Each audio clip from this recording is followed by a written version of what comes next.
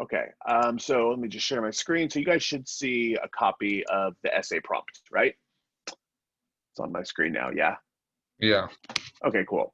What I want to do is I just want to go through this. So you all have this on week 7 of Canvas. Like I think it's the second thing. Um, and like I said, this isn't going to be due for another couple weeks or so because this week we're going to talk about quote integration. That'll be on Thursday for Thursday's mini lesson, and then next week we're going to move into conclusion, and then from there I wanted to have some time to be able to meet with people individually the following week as you're working on this essay. We'll talk about works cited pages, things like that, but then also be able to check in with people as they're writing essays. So hopefully have some time for some one-on-one conferencing either during my office hour or other times if my office hours don't work for your schedule. So this essay is going to be a little bit different than the last one for a few different reasons. One is because you're going to have multiple choices on essay prompts, kind of like whatever one of these stands out to you, all related to the similar topic, but there'll be some different options. That's going to be true from here on out. Instead of giving you like one thing specifically that you have to write about, there'll be some different options of things that you might want to explore. And then I'll always give you the option if there's something related in the text that you would like to write about instead that wasn't listed in the essay prompts, there's always your option to be able to kind of create your own prompt or go in your own direction. And we'll talk about that in a second. And then the other big difference is with this essay versus the first essay, which is going to be true for every essay that we do from here on out, is having to use outside sources or having to use the readings in your writing. And so, like I said, that's one of the skills that we're going to build this week and talk about that idea. We've already started doing that with paraphrasing and understanding how to take writers' ideas and put them into our own words. And then we're also going to be moving into that when we talk about like quote integration and this idea of framing quotations on Thursday. And that'll be kind of the big push for this week is just brainstorming some of your different ideas for this essay and then thinking about what ideas from the reading you're going to be using. So yeah, so I'm just going to go through the essay prompt, kind of talk through some different points of it. As I'm going through the essay prompt, if you have any questions at all, let me know, and then we'll kind of talk about the 4 different choices and how you would brainstorm for this essay. So just a quick background, right? Like we've read Blind Spot, we've read or watched a bunch of different sources to talk about this idea of how people are impacted by stereotypes or the way that society can teach or reinforce biases, right? Danger of a Single Story by Adichie argues this idea of like when there's a one-dimensional view of a social group or a culture, that it creates bias and creates this potentially dangerous judgment. And so your second essay is going to be all about exploring those ideas, the ideas of stereotype, of bias, and how we saw that both in Blind Spot and then Adichie's Danger of a Single Story, but then we're also seeing that in Trevor Noah's book, right, as we start moving through the chapters of his that we're reading.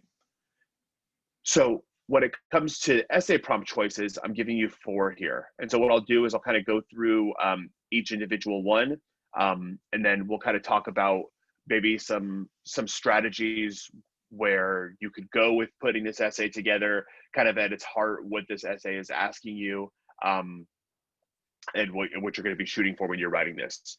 So essay number 1.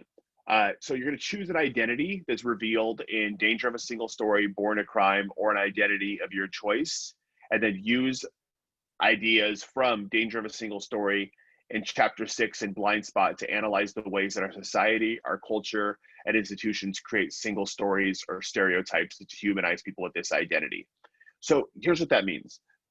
Essay number 1 is really going to start with you taking the opportunity to pick an identity, any identity that you want to, whether it's an identity that's revealed in Danger of a Single Story or Born a Crime, right? So if we think about Born a Crime, you know, obviously Trevor Noah spends a lot of time talking about not just social class and the difference of where him and his mom lived in the environment they lived in, but mainly because that was based off of race, right? During apartheid in South Africa, like segregation was law, right? And it was one of these contexts where, you know, he talks about a lot of different experiences that he had growing up, like talks about this idea of like how he was a chameleon, able to kind of fit between these two different worlds. It also shows us a lot of experiences that he had where he was impacted by bias and by stereotype, and how he navigated through life as a result of that. And so if you wanted to, for example, there was something that stood out about his chapter, whether it's the way that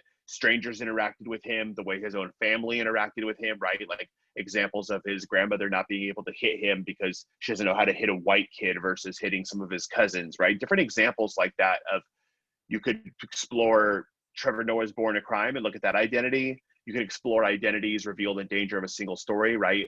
Adichie talks about her perception on people living in Mexico. She talks about other people's perception of her being from Africa. She talks about, you know, all these different perceptions of the way that people are viewed because of the one-dimensional view that people have of them. Or you could pick an identity of your choice. So maybe there's an identity that stands out to you specifically, right? When I was reading through the discussion post, people talked about all sorts of different identities, right? Like what the single story identity is of somebody who's in the military, for example, or a single story identity of somebody based off of their race or based off of their gender or based off of, sexual orientation or whatever the case is, right? I had a student talk about single story identity of who they are because of a career path that they want to go down or hobbies that they have. So this one's totally up to you.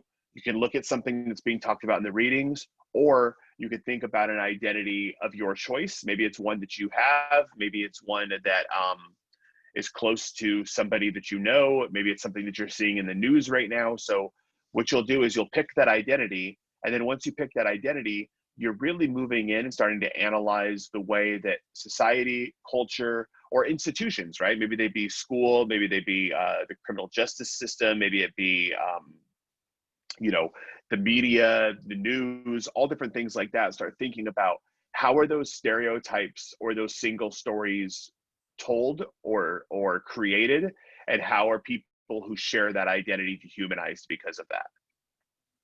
Do you have any questions at all on essay prompt number 1?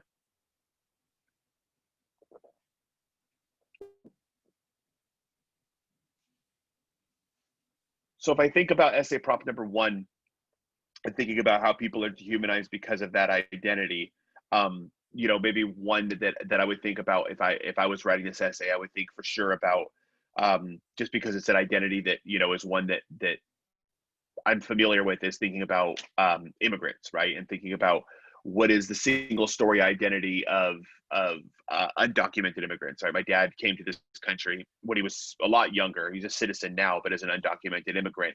And so if I think about those ideas of like seeing some of the things that he experienced as I was growing up, seeing some of the way that he was treated, and even the way that people still will judge him because of like his accent, will make assumptions about him, things like that. Like I would start to think about, okay, if that's an identity that I wanted to explore, I would say, well, what is the single story of that group, right? What do people believe to be true about this group of people?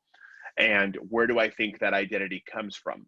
And so if I think about like, well, if I'm watching the news, what are some of the perceptions of undocumented immigrants out there? What do people believe to be true about them? Why do you think those ideas, why do they believe those things to be true? And then finally, how does that impact people who share that identity? How can people be negatively impacted or dehumanized or viewed as less than because of this single story that's out there, right? So again, it's totally up to you. You can use an identity from the stories or from the readings. You can use an identity of your own. You can use of somebody that you know, something that you're seeing happening in the news. The important thing is you identify whatever single story identity you want to explore. Think about, where does this come from? How is it created? What different institutions, groups, anything like that kind of build that single story identity. And then finally, that so what piece of it, how are people negatively affected because of that single story identity? Any questions about essay prompt number 1? No. Cool. All right, so number 2. Oh yeah, go ahead, Derek. Number 1 is just an identity and how they're negatively affected. Yeah, how people are dehumanized because of that identity. Okay. And I mean, sometimes, that idea of like dehumanization can also be, it doesn't have to necessarily be, sometimes people could view something as like, one way for somebody who's an outsider, but maybe somebody else who has that identity is being dehumanized in a different way, where it's like my perception on what's negative is maybe not the same as what somebody else's perception is on what's negative. So like, for example, like right now, if people speak out, like I was listening to like a podcast and people were arguing about like the way that like the NBA specifically is like speaking out about a lot of the injustices that are going on in the country right now, right? And like there is this single story identity where people are saying, I heard like one of the commentators talk about this idea of like, oh well, you should just shut up and play your game, right? Like we don't care about what you have to say. Well, that's a dehumanizing element, right? To say to somebody is like, you're only this one thing, you're only an athlete, or you're only a celebrity, or you're only an X or a Y or a Z or whatever it is that they're saying you only are. And so for that reason, you can't do other things, right? So I think that like that idea of what it means to be dehumanized, on one hand, it can be that people are, subject to discrimination or subject to violence or subject to things like that. On the other hand, it can be maybe people are just kind of classified as only one thing.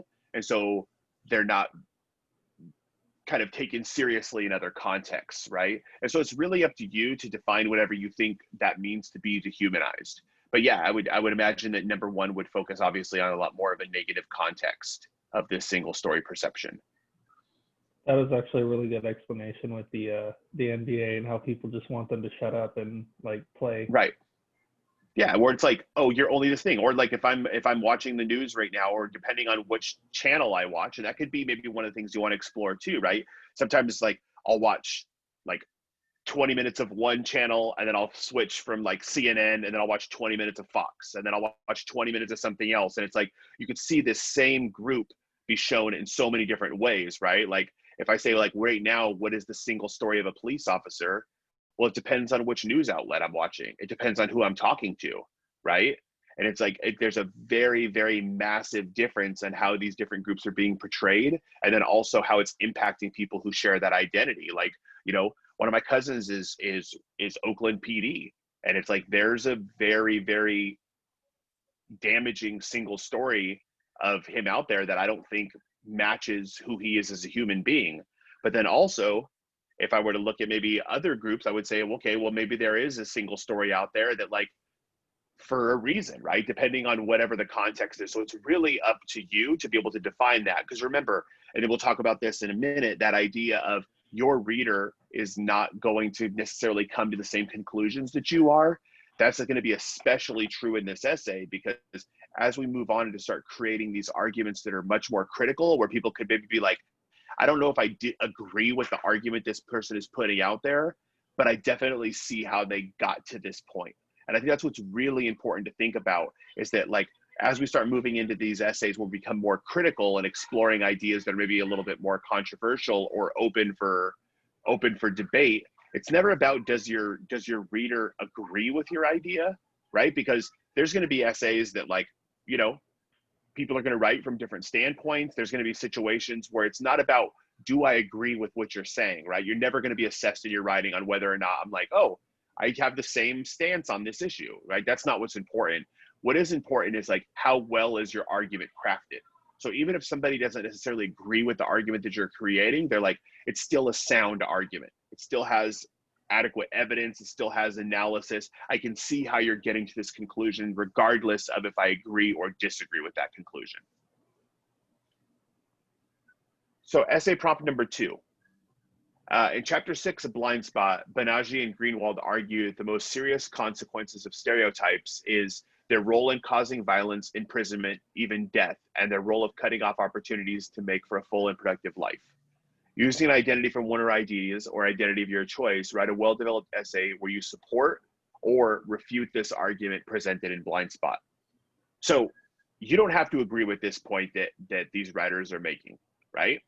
The questioning this idea of whether or not stereotypes can lead to violence, imprisonment, or death, or they can cut people off from opportunities of living full and productive lives, that's one of those points that I think people can very heavily debate right now, right?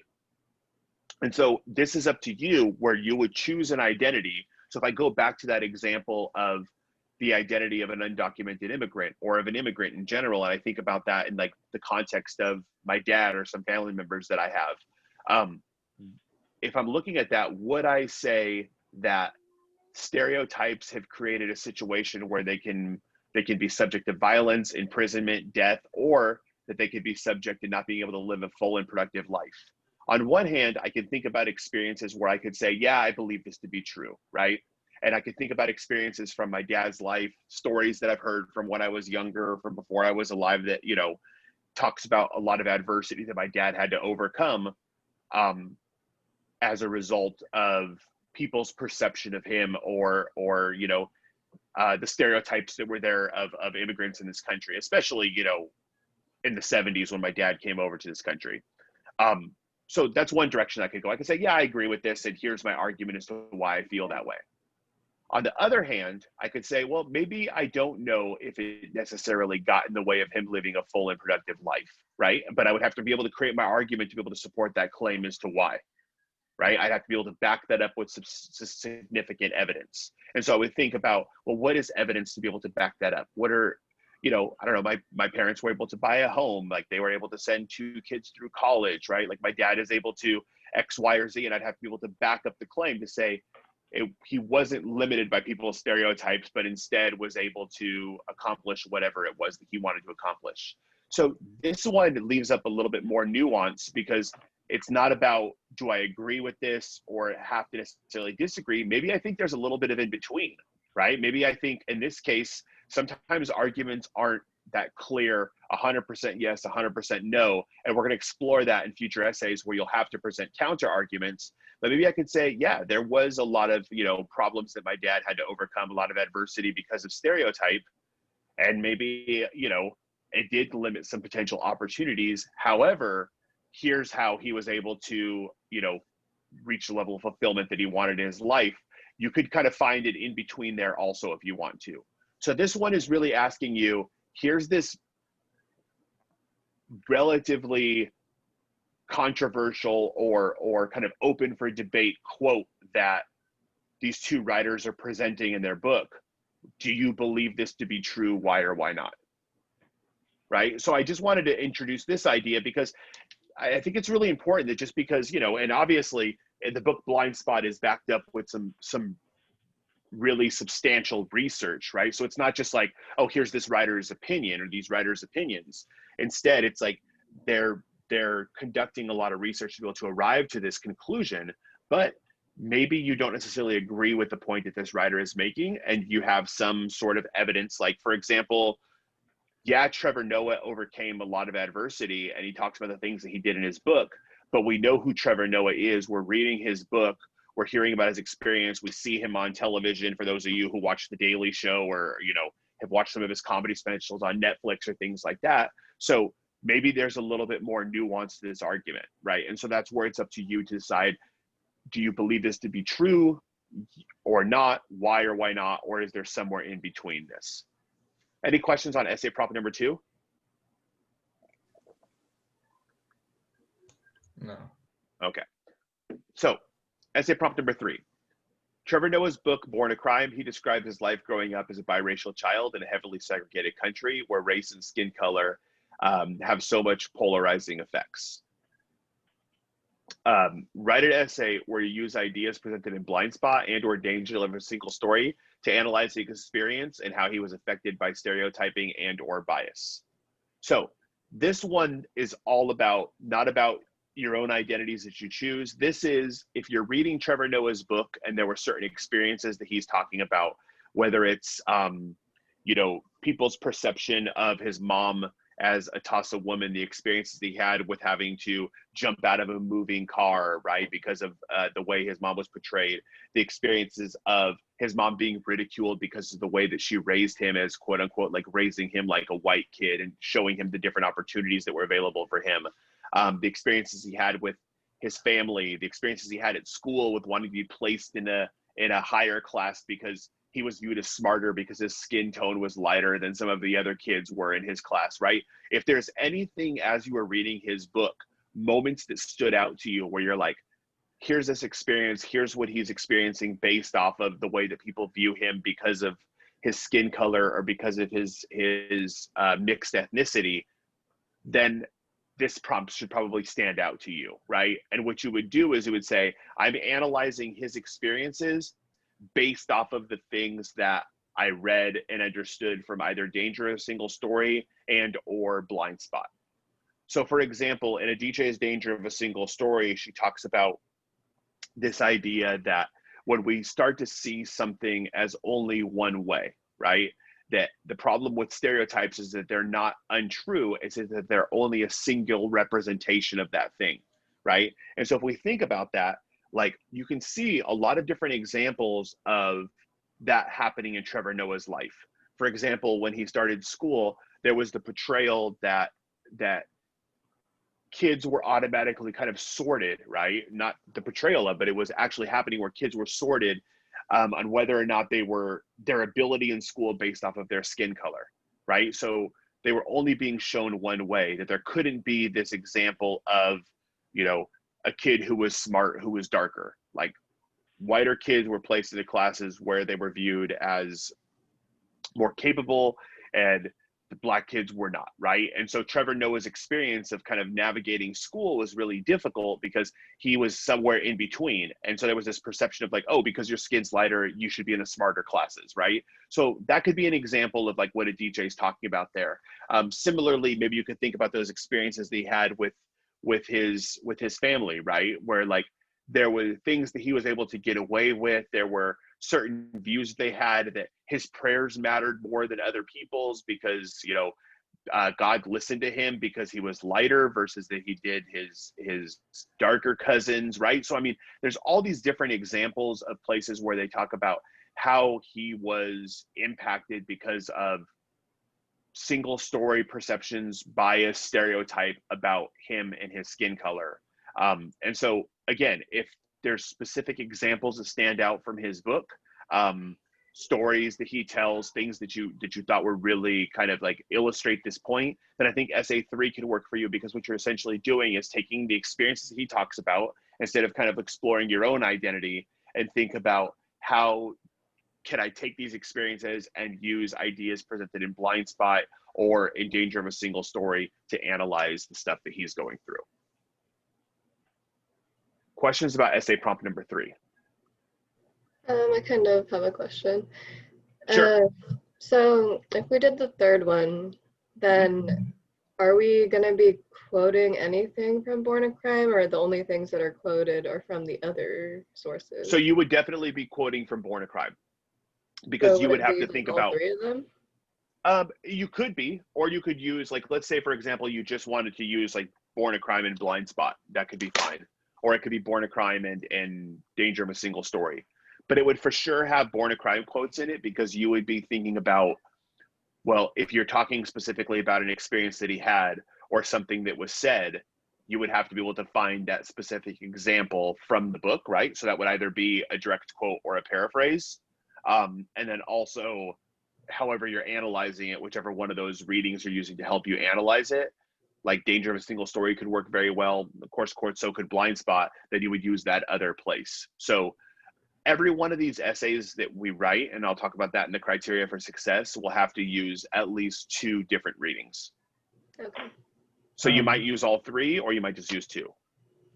Okay, and then so would you try to pick like similar ideas, or kind of like maybe 2 or 3 or 4 different ideas? It's totally up to you. They could be similar, but they could also be very different, right? I mean, so I think, like, you know, just off the top of my head, when I was thinking about those examples, I think they were different ones, right? Like on Yeah. one hand, like, you know, there's a lot of negativity that's happening with the way that, like, you know, his experiences, like, you know, not being able to go out and walk around with his mom, right? Not being able to have you out in public, like with her holding hands and having to like make it look like he was somebody else's kid, right? And so there's that piece of it.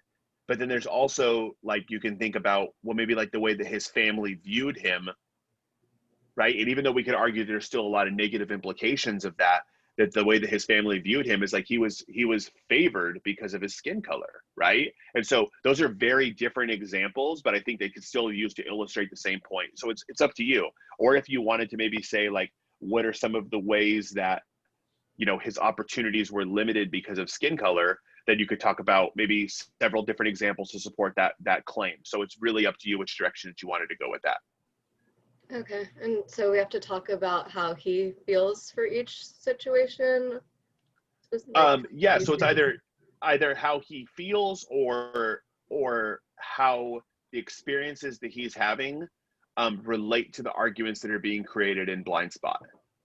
Okay, right? so maybe So like we could talk about like how his mom feels, or like how exactly. Okay. Yeah, because like if we look at like, for example, you could very easily find a point in Trevor Noah's book that could be used to articulate this quote here about their role in cutting off opportunities to make a full and productive life, right? So for example, in chapter 4, where he talks about his mom's parenting style, one of the criticisms that his mom receives is people say to her, like, why are you showing him all of these things? And basically she says that she raised him as a white kid, not culturally, but more so in the sense that he has the entitlement to feel like he could do whatever he wants to do.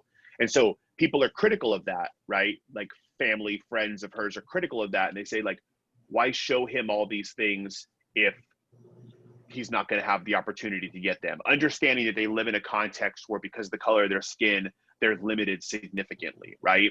And then her response to that is like, she wants him to know that like the ghetto they live in is not the world, that there's more beyond that. So if you were to create the argument that Banaji and Greenwald argued that people, because of stereotype, are in situations where they're being cut off from opportunities that make for a full and productive life, Trevor Noah's book very clearly illustrates examples of how people have already internalized this idea that they're not able to grab everything or they're not able to accomplish everything because of the limitations in their life. In fact, there's that Trevor Noah quote where he says, we tell people to, kind of reach for your dreams or accomplish, what your goals are. But depending on where you live and where you're from, your goals can be limited, right? He talks about like the limitations of how for them, it was like, the biggest thing they could see was like putting a fence around their house or adding on to their house, right? Yeah. And so there's all these different examples of where he's showing this kind of very complex relationship that people have with like wanting to achieve things, but also understanding that their goals are not as big as other people's goals because of who they are or what they are. Okay. Cool. Any other questions on any of these 3 prompts? Not necessarily about the prompt, but I remember there was a video. I don't remember where I was trying to remember the name of the video. I thought it might be useful in prompt number 3. Mm-hmm. It was from last semester where it was comparing school. I think they were like in the Bronx or Brooklyn. Oh, yeah. It was called Class Divide. Class Divide. Yeah. Okay. And it's on YouTube. But yeah, if you wanted to use some different examples of something like that could be helpful too, right? It's totally up to you if you wanted to, that's true of every essay. If there's ever a situation where and people have done this in their opening essay, like if you think about, if this makes you think about another source, that could be an identity that you want to explore. Like, let's say, for example, I don't know, you read an article about something or watched a documentary or we're listening to a podcast and it makes you think about I saw an example of this. You could bring that in too to your essay. It's totally up to you. It's not required for the essay, but definitely if it makes you think about something else that you've seen or read or experienced, definitely has some play in essay prompt number 1 and 2. I just thought I just remember that there's kind of like some parallels where the kids at the different schools had totally different goals and dreams. Like one kid from the really rich schools, like, I don't know if I want to be a doctor because how much am I really going to make? Exactly. And the other kids were like, I want to be a doctor. Right. Yeah. And I think that's a really good point, right? Of just understanding that idea of what's considered to be success is subjective, right? What's considered accomplishing a big goal. Just that idea is a very subjective one, right? I mean, like, because it changes from family to family, from group to group, right? And it also really has a lot to do with like individual context. And so if you think about that, like, you know, if we think about like even that idea of like what it means for something to be expensive, right? That varies significantly depending on who's talking about it. And so I think that's a really good point, is to say like, here's this example. And for those of you who aren't familiar with the documentary, it follows these two groups of children and living in a very kind of contrasting environment in Manhattan, where on one side of the street is this extremely expensive, like almost $60,000 a year elementary to high school, and directly across the street are some housing projects where people are living in pretty extreme poverty. And then it's all about the difference of these kids going to this school, some going to this public school and others going to this incredibly prestigious school. And in it, like a group of kids who are going to the public school and who are living in the projects, their goals are significantly different than the goals of the kids who are going to this private school. And even the idea, like that Derek gave that example of, one of the kids is like, I'd like to be a doctor, but I don't know how much money I'd really make as a doctor. And it's like just this idea of like him, and I think his dad was like a currency trader, and I mean they lived in like some $20 million apartment and like all this kind of stuff. And it's like that idea of him becoming a physician and, you know, making $500,000 a year was incredibly limiting to him, because he was already living this life of, you know, extremely wealthy family. So that would be a huge downgrade for them if he were to become a doctor. He wouldn't be able to be used to the life that he's living. And so I think it's just like, that's a great example to think about how context can significantly change what this idea of success or opportunity is, right?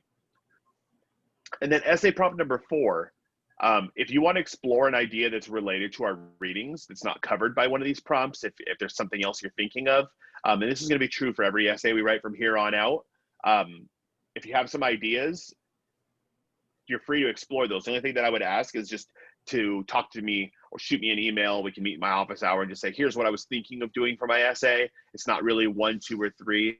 And here's kind of the direction that I want to go. And I just want to make sure that you're like, you know, thinking about something that's going to work for the readings that we have. And if that's true, then, you know, then you'll be good, and you'll be able to, I'll just kind of like say, yeah, this is a great idea. Go ahead and start working on this essay. And then you can create your own essay prompt. So this paper then, as far as what it needs to do, introduction, right? Where you present your reader with a clear thesis where you're arguing for the rest of the essay, right? And like I said, for this essay, and we'll talk more about that in the weeks to come on this essay, but like you're presenting an argument that your reader may not necessarily agree with, which is totally fine, right? Because every essay that you present an argument, there's going to be people that don't agree with the stance that you're taking.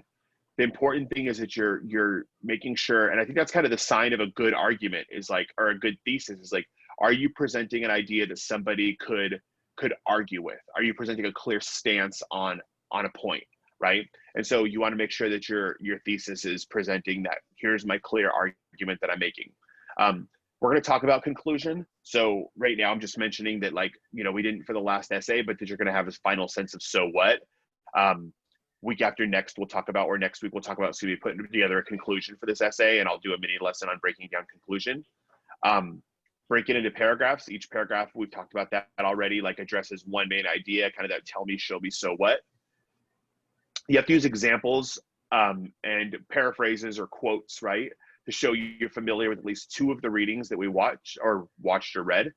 A paper, in order to pass this paper, has to have at least 2 quotes or paraphrases from at least 2 different readings, right? So you can't use just one source multiple times. It has to be, and I wrote the prompts that way, where it would have to be like, oh, I'd have to use, you know, Blind Spot in Born a Crime, or Blind Spot in Danger of a Single Story, or whatever combination that you want of those. But you have to use 2 different sources and at least 2 quotes or paraphrases. You could do both paraphrases, you could do both quotes, one of each, it doesn't matter. The important thing is that you're using 2 different readings in your piece. in order for it to be a passing paper. And if you don't for some reason, it doesn't mean that like, oh, the paper's an F and then that's the end of it. All I would do is I would say, hey, you know, you've got some great ideas here. You just need to make sure that you throw in some quotes from the reading. Here's some places where you can do it, and you could resubmit the paper to me for a passing grade, right? So it's not like they're not there, the paper doesn't pass, you know, end of the story. It'll just be, here's some places where you can use this reading, and you could resubmit your paper for a passing grade. But I just want to make sure that like from here on out, we know that like a big move, like I think is one of the most substantial moves that we're learning in English 1 is that taking other people's ideas, integrating them into ours, and building off of those points. So Thursday, our mini lesson is going to talk about this next thing, which is framing quotations. And so right now, I'm just going to make mention here that you have to have well-framed quotations where you introduce the source and provide analysis. So you're thinking about how the text that you selected is connected to your argument. And so Thursday, I'll devote a whole mini lesson to that and give some different examples, and we'll work through that together. Next is really important that you want to write so that somebody else's is true of every essay we do. Assume your audience has not read the assigned essays or our book. And then also that means that you might have to briefly introduce or summarize some key points, right? So we're always pretending that our reader is not up to the same speed that we are, right? Someone may not agree with your argument. Someone may not know your experiences, know your story, know the things that we've read, all those kind of things. So it's up to you to make sure that you give that reader that context that's necessary there. Well-organized sentences, you know, I'll have some mini lessons focusing on grammar, things like that. But just the big thing is like, you know, proofread as well as you can, just so you feel like your ideas are clear, right? And follow MLA formatting. Last time we talked about MLA headings. This essay, I'll go through and I'll demonstrate how to put together the works cited page. We'll do the examples of the works cited together in a mini lesson. So literally you could just copy over what we do together and you'll have the exact correct entry for a works cited page for the 3 sources that we have. Any questions at all on this essay prompt? Or any questions on where you know, maybe you're thinking about one and you want to kind of have some questions about how you get started with it?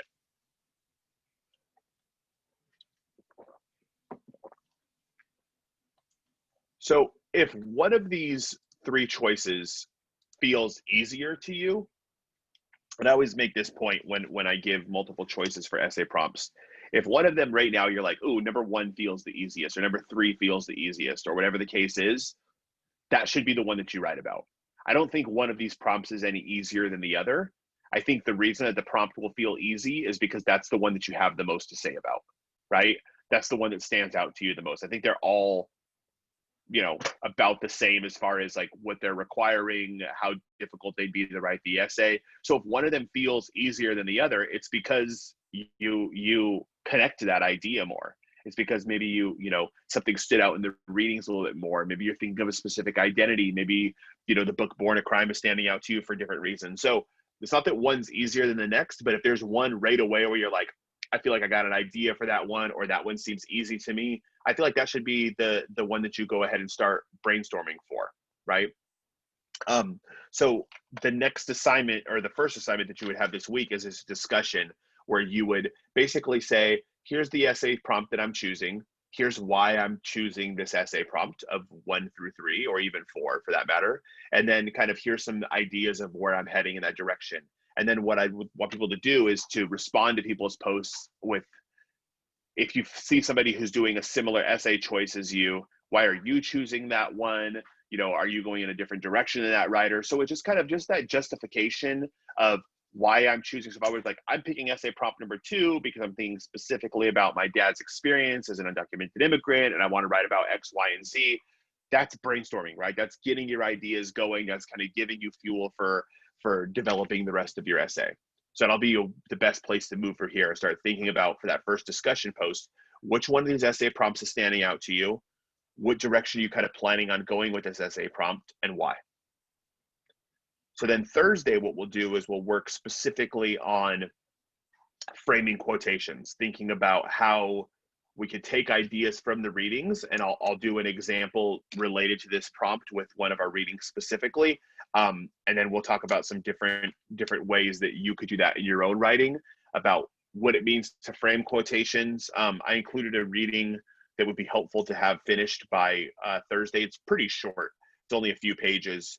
It's from a book called They Say, I Say, and it's called The Art of Quoting, and it breaks down some strategies on how to frame quotations. It's a, you know, I don't require you guys to buy any books for this class outside of the Trevor Noah book, but it's a pretty helpful book as far as like writing style and talking about some moves in academic writing. And so I'm just give you a copy of a PDF of that chapter because it'll really help with introducing this idea of framing quotations, and that's what we'll focus on Thursday.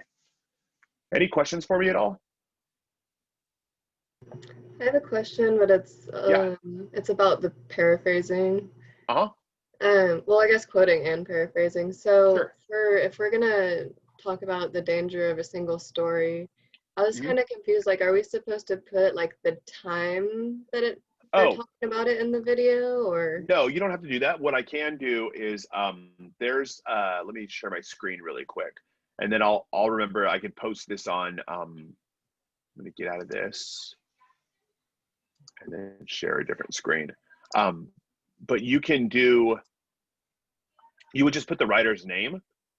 You don't have to put the time specifically, but one of the other things that there is there we go.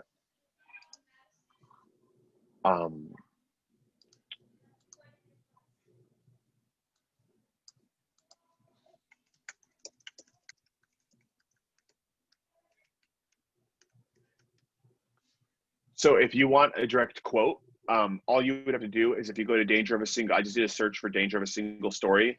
And then on the TED website, on the TED Talk website, the first thing that comes up after searching that is obviously the video of it. But then if right over here underneath the video, you pick transcript, there's a transcript of it in, I don't know, what, 49 different languages. So if you want to make it easier to find a direct quote or a section you're looking for, it breaks it down by time. And then you can find like kind of exactly what she said. So you don't have to kind of go back and re-listen to it. But one of the things that you'll see, and we'll talk about this when we do the works cited page, is this is what I talked about when it came to in the last mini lesson about like how to do in-text citation, is it varies significantly from source to source. So if you were to look at, for example, how to do in-text citation for, or write a works cited page for a TED Talk or like a speech or presentation or a YouTube video or any of those kind of things, those are all very specific to that exact source that you're using. So in this case, all you would have to do, because there's no page number, right, is you would just, in the parentheses, you would just put her name, Adichie, just last name at the end, and that would be it. Okay, even if you have it in the beginning, or it's either or? If you have it in the beginning, then you wouldn't have to worry about doing that. Because I think when I did my my paraphrasing assignment, I said like, in danger of a single story, she talks about this, but then at the end I like did the parentheses and I just put like the time because I'm like, I don't know what, there's no page number, so. And you know, that would even be one of those things where let's see.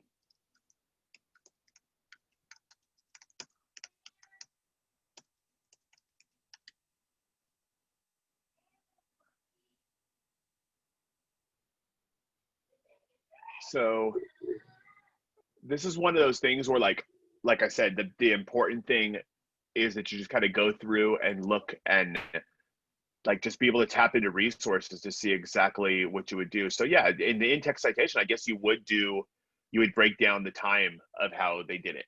So you would write Adichie and then the actual time mark of when she broke down. Because I think before MLA 8, it was just the writer's name in the parentheses, and now it's the name and a breakdown of the time. Okay, so it should be like a time frame, not just like the beginning time. That's right. Can you see this little one right here where it says Robinson? Am I highlighting that right there? Yeah. So this is one of those perfect examples of where it's just important to be able to just know that, like, I don't know, short of like, you know, somebody like Atticus, our LR10 instructor, like this is his expertise and he would have stuff like this memorized, but for maybe, right? But for a lot of us, it's just tapping into specifically like looking at resources, right? So here's, you know, a library's website that breaks down, just like, that's why I showed you all University of Purdue's OWL, right? Because it's just one of those things where really quickly we could just look it up. So you can see here some different examples in text citation from the author. This is specifically related to a YouTube video, which is exactly what that TED Talk is. And then for the in-text citation, last name, comma, and then the time stamp set up in the same exact way this is. If there's no author, that would be the title of the video and the same timestamp the way that is. That's it. Okay. It's a good question. Thanks. Any other questions at all? Okay, cool. So I will be in still in my office hour if anyone has any questions at all, wants to talk through any of the essay prompts, anything like that. And then I will also have a mini lesson on Thursday where we can talk specifically about framing quotations, right? If you're able to make it, awesome. If not, I'll post a video of it as soon as it's done. It just takes a little while because, you know, the video has to upload and come down from Zoom and all that kind of stuff. So it might be, you know, later in the afternoon. Typically it takes a couple hours for them to download and all that good stuff. So I'll have those posted. And then if you want to hang out and have any specific questions about a direction that you want to go, or want to brainstorm some different ideas for this upcoming essay, I'm here till 11:30. I'm going to stop recording really quick.